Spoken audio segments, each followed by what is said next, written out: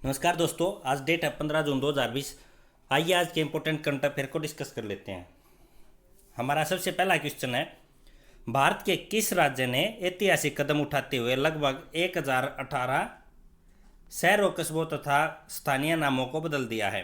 देखिए, अभी तमिलनाडु सरकार ने, राज्य सरकार ने एक तरह का अपने आप में ऐतिहासिक कदम है, जिसमें उसने 1018 जो शहरों, गांवों, स्थानीय नामों, स्टेशनों के नामों, किसी जगह के नाम इत्यादि को बदल दिया है।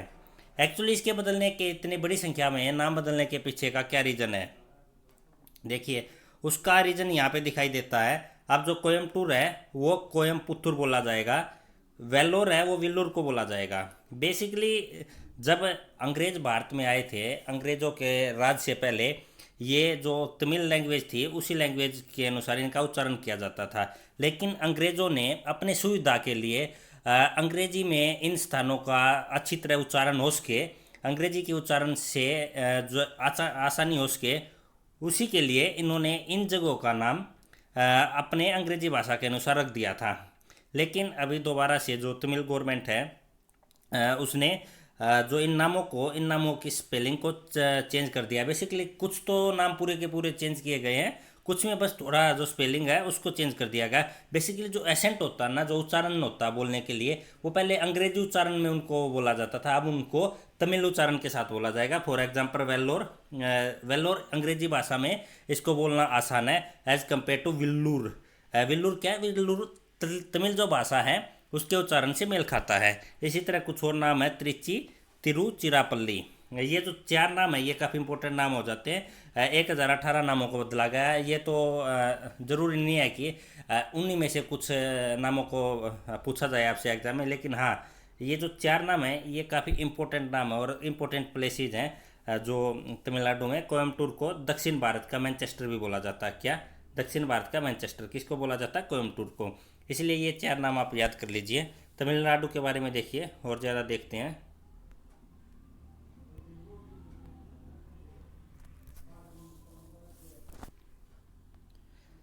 देखिए, ये यहाँ पे तमिलनाडु भारत का दक्षिणतम राज्य है। ये इसकी सीमाएं लगती हैं आंध्र प्रदेश से, कर्नाटक और केरला से। जो तमिलनाडु की राजधानी है वो देख लीजिए। तमिलनाडु की राजधानी है चेन्नई। अभी यहाँ पे जो मुख्यमंत्री हैं वो हैं E.K. पलानीस्वामी, गवर्नर हैं बनवारी पुरोहितलाल। और अभी हाल फिलहाल का जो तमिलनाडु गवर्नमेंट है उसने अगर किसी भी व्यक्ति को सैलून तथा ब्यूटी पार्लर की सुविधा लेनी है तो उसके लिए आधार कार्ड मैंडेटरी कर दिया था। बढ़ते हैं अगले क्वेश्चन की तरफ। हमारा नेक्स्ट क्वेश्चन है, ट्विटर ने हाल फिलहाल किस देश के लगभग 1.7 लाख ट्विटर अकाउंट को बंद कर दिया है? देखिए, ट्विटर ने चीन के 1.7 लाख ट्विटर अकाउंट्स को बंद कर दिया। बेसिकली ये जो अकाउंट्स थे इनमें ज़्यादातर जो सामग्री थी वो जो चाइनीज़ भाषा है उसमें लिखी हुई थी। ये जो इन अकाउंट को क्यों बंद कर दिया है गाइस को देख लीजिए। ये जो चाइना की जो गवर्नमेंट है, China people Republic party, communist party है, उसके प्रचार करते थे बड़ी मात्रा में। और प्रोपेगेंडा फैलाया हुआ था इन्होंने ट्विटर पर कि किस तरह से जो चाइनीज़ गवर्नमेंट है उसने कोविड-19 से लड़ने में अहम भूमिका निभाई है। और जो दूसरे देश है, जापान, अमेरिका इत्यादि देशों ने, ये मेन कारण है चाइना में कोविड-19 के फैलने का। इस तरह के जो प्रोपेगेंडा है वो फैलाया जा रहा था ट्विटर के ऊपर। इसके बाद ट्विटर ने 1.7 लाख जो चाइनीज़ अकाउंट है उनको अभी क्या कर दिया? बंद कर दिया। देखिए, चाइना के बारे में तो आप जानते ही होंगे। शी जिनपिंग ये यहाँ के प्रेसिडेंट हैं और general secretary of communist party of China. उसके बाद देखिए जो कैपिटल है वो है बीजिंग। और इनकी जो युआन क्या करेंसी, देखिए एक कहीं पे नहीं आपको एग्जाम में युआन देखने को नहीं मिलेगा, आपको ऑप्शन में रेन मिन भी देखने को मिलेगा। जो ऑफिशियल नेम है ना चाइना की करेंसी का वो रेन मिन भी है और युआन रेन मिन भी की एक यूनिट है, इसलिए युआन भी बोला जाता है और रेन मिन भी बोला जाता है। इन दोनों में से आपको कोई भी ना मिलता है अगर चाइना की करेंसी पूछी जाती है, आप दोनों ठीक है। उसके बाद देखिए काफ़ी इंपॉर्टेंट क्वेश्चन है, ये है national institution ranking framework NIRF के तहत जारी की गई रैंकिंग में ओवरऑल कैटेगरी में कौन सा कॉलेज या संस्थान पहले नंबर पर है? NIRF national institute ranking framework, इसकी शुरुआत 2015 में की गई थी। HRD मिनिस्ट्री उसके द्वारा ये जारी किया जाता है। इसमें बेसिकली जो 10 कैटेगरी के कॉलेज संस्थान उनको रैंकिंग दी जाती है। ये जो कौन कौन से किस टाइप के कॉलेज होते हैं, overall category, engineering college, medical college, dental college, law college, architecture college, इस प्रकार के कॉलेजों को रैंकिंग दी जाती है। जो 2020 में सॉरी लगभग 5000 से ज़्यादा कॉलेजों ने अपने एप्लीकेशन डाला था HRD मिनिस्टर के पास कि उनको रैंकिंग दी जाए, और उसके हिसाब से 10 कैटेगरी में इनको डिवाइड किया गया है। जो ओवरऑल कैटेगरी है, ओवरऑल कैटेगरी में कौन है? IIT मद्रास सबसे पहले नंबर पे। कौन सी कैटेगरी में? ओवरऑल कैटेगरी में। अब देखिए ये है जो NIRF शुरुआत कब की गई थी? 2015 में। ये है हमारे HRD मिनिस्टर रमेश पोखरियाल निशंक। जो पैरामीटर है उनको देख लीजिए, 5 पैरामीटर के ऊपर दी जाती है। ये हैं टीचिंग, लर्निंग एंड रिसोर्सेज, ये वाला। दूसरा है रिसर्च एंड प्रोफेशनल प्रैक्टिस। तीसरा है ग्रेजुएशन आउटकम।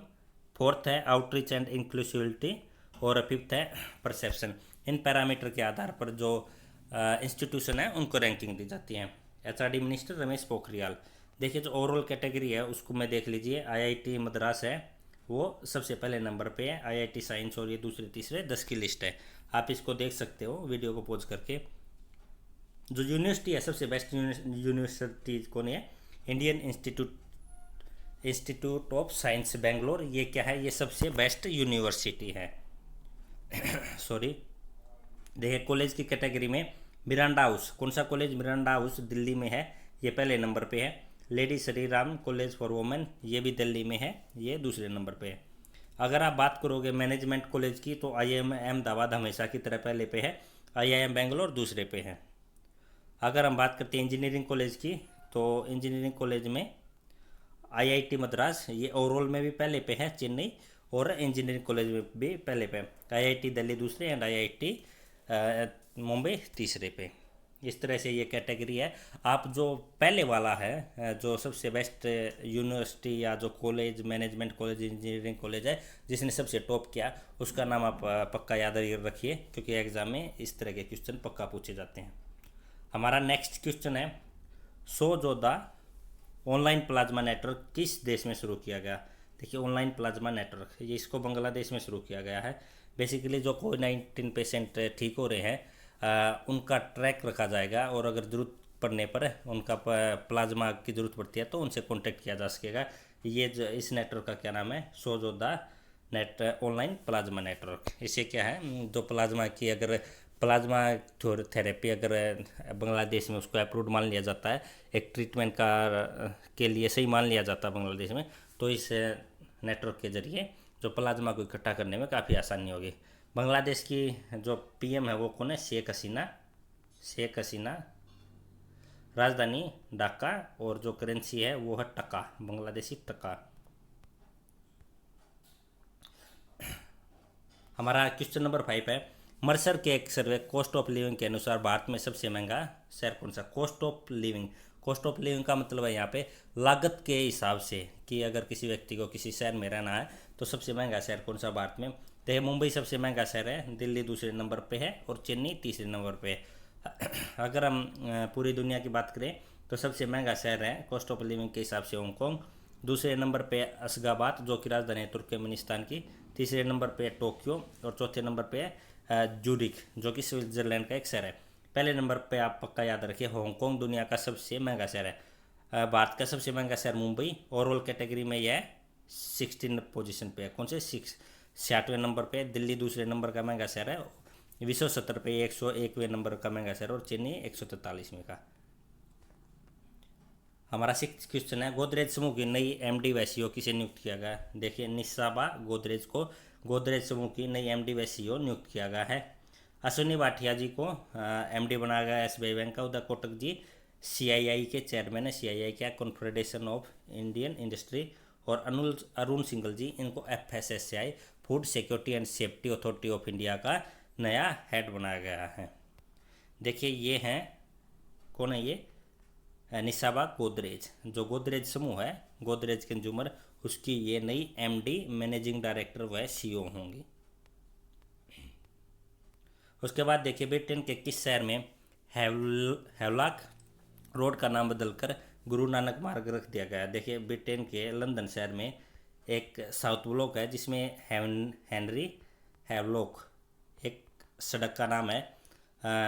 इस नाम को चेंज करके अभी गुरु नानक मार्ग रखा जाएगा। बेसिकली देखिए जब से जॉर्ज फ्लॉयड जो अमेरिका के एक ब्लैक अफ्रीकन अमेरिकन थे, उनकी मौत के बाद इस तरह की मांगें काफ़ी उठ रही हैं कि 16वीं 17वीं और 18वीं शताब्दी में जितने भी क्रूर जो लीडर थे जिन्होंने साम्राज्यवाद को फैलाया या जिन जो दास प्रथा का दासों का व्यापार करते थे, ऐसे लोगों की अगर स्टैचू मूर्तियां हैं कहीं पे भी, उनको हटाया जा रहा है बड़ी मात्रा में। इसी के तहत अभी हेनरी हैवलॉक इन्होंने जो भारत में साम्राज्यवाद को फैलाने में जो 1857 की क्रांति थी उसको दबाने में बहुत बड़ी भूमिका निभाई थी, इसलिए भारत में इनको एक क्रूर लीडर के तौर पर माना जाता है। और जो हैवलॉक रोड है, हेनरी हैवलॉक रोड, उसके ऊपर दुनिया का सबसे बड़ा दूसरे नंबर का गुरुद्वारा है, दूसरे नंबर का सबसे बड़ा गुरुद्वारा, और बड़ी संख्या में वहाँ पे सिख रहते हैं। इसलिए अब इस रोड का नाम बदलकर क्या रखा जाएगा, गुरु नानक मार्ग रखा जाएगा। इसी के साथ देखिए इजराइल में भी रविंद्रनाथ टैगोर जी के बर्थडे पर एक स्ट्रीट का नाम रखकर रविंद्रनाथ टैगोर जी के नाम पर रखा गया है। कहाँ पे, इजराइल के तेल अवीव में। तेल अवीव क्या है, इजराइल की राजधानी, ये भी इंपॉर्टेंट है, याद रखिए। बढ़ते अगले क्वेश्चन की तरफ। हमारा नेक्स्ट क्वेश्चन है, पुनः अवलोकन पत्ती के द्वारा हाल फिलहाल किस जानवर की संख्या को मापा गया। कौन सी पत्ती, पुनः अवलोकन। देखिए प्रधानमंत्री जी ने ट्वीट करके बताया था कि जो एशियाई शेरों की संख्या है वो अभी 674 हो गई है। 2015 में ये कितनी थी, ये थी 529, 529 से बढ़ के कितनी हो गई, 674 हो गई है। बेसिकली ये आइडिया आई थिंक कुछ और हो सकता है। अभी 674 हो गई है और 2015 के कंपैरिजन में कितना बढ़ोतरी हुई है, 29% की बढ़ोतरी हुई है। ये आंकड़ा शायद 563 है, आप इसको चेक कर लीजिए। अब 29% की वृद्धि के साथ अभी कितने शेयर हैं, 674 हो गए हैं। इनका पता कैसे चला कि ये इतने ज़्यादा शेयरों की संख्या हो गई है। देखिए जो इनको मापने की जो पत्ती थी ना इस बार, वो पुनः अवलोकन थी। पुनः अवलोकन के द्वारा किसको मापा गया, शेयरों की संख्या को मापा गया। और पुनः अवलोकन का यहाँ पे मतलब पूर्णिमा के दिन जब जो चंद्रमा होता है वो पूरा दिखाई देता है, उस दिन जो फॉरेस्ट विभाग के कर्मचारी हैं वो फॉरेस्ट में गए। उनके पास कुछ जो आधुनिक टेक्नोलॉजी है, मॉडर्न टेक्नोलॉजी के संसाधन थे, जैसे टैब, उसके द्वारा उन्होंने जो शेर हैं उनके फ़ोटो को कैप्चर किया और उनके नंबर को काउंट किया। इससे दो फायदे हुए, इससे उन्होंने नंबर भी काउंट किया, इसके साथ साथ जो शेर रह रहे हैं जंगल में उनका हेल्थ कैसा है, स्वास्थ्य कैसा है, इसको इसके द्वारा भी देखा गया। पुनः अवलोकन पूरे पूर्णिमा के दिन इस काउंटिंग को किया गया, इसलिए इसको पुनः अवलोकन पत्ती भी बोला जाता है। ये पूछ लिया जा सकता है एग्जाम में कि जो एशियाई शेर हैं उनकी जो नंबर है उसको किस विधि के द्वारा मापा गया, पुनः अवलोकन विधि के द्वारा मापा गया। हमारा नेक्स्ट क्वेश्चन है, मारुति सुजुकी इंडिया ने वाहन रन के लिए किसके साथ समझौता किया। देखिए मारुति सुजुकी इंडिया जो कि कार मैन्युफैक्चरिंग कंपनी है, उसने अभी फाइनेंस पे जो व्हीकल है उनको प्रोवाइड कराने के लिए महिंद्रा फाइनेंस के साथ समझौता किया। इसके साथ क्या होगा, अगर कोई भी व्यक्ति कार खरीदने जाता है तो उसको दोनों सुविधाएं सेम टाइम पे मिल जाएंगी। क्वेश्चन नंबर 10, हुबली स्टेशन जिस पर दुनिया का सबसे बड़ा रेलवे प्लेटफॉर्म, क्या सबसे बड़ा रेलवे प्लेटफॉर्म बनाया जा रहा है, कहाँ पे, हुबली स्टेशन। यह किस राज्य में स्थित है, इसको कट कर दीजिए आप। हुबली स्टेशन किस राज्य में स्थित है, ये कर्नाटक राज्य में स्थित है। और यहाँ पे अभी 1400 मीटर लंबा रेलवे प्लेटफॉर्म बनाया जा रहा है जो कि दुनिया का सबसे बड़ा रेलवे प्लेटफॉर्म होगा। अभी फ़िलहाल जो सबसे बड़ा रेलवे प्लेटफॉर्म है दुनिया का वो गोरखपुर रेलवे स्टेशन है जिसकी लंबाई 1366 मीटर है। कर्नाटक के बारे में देख लीजिए, कर्नाटक की राजधानी बेंगलोर, कर्नाटक के सीएम है वीएस येदियुरप्पा और कर्नाटक के राज्यपाल हैं वजुभाई वाला।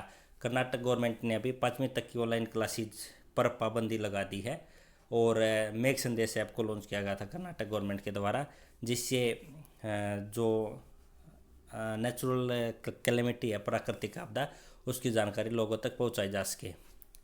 आज की वीडियो में इतना ही। Thank you for watching.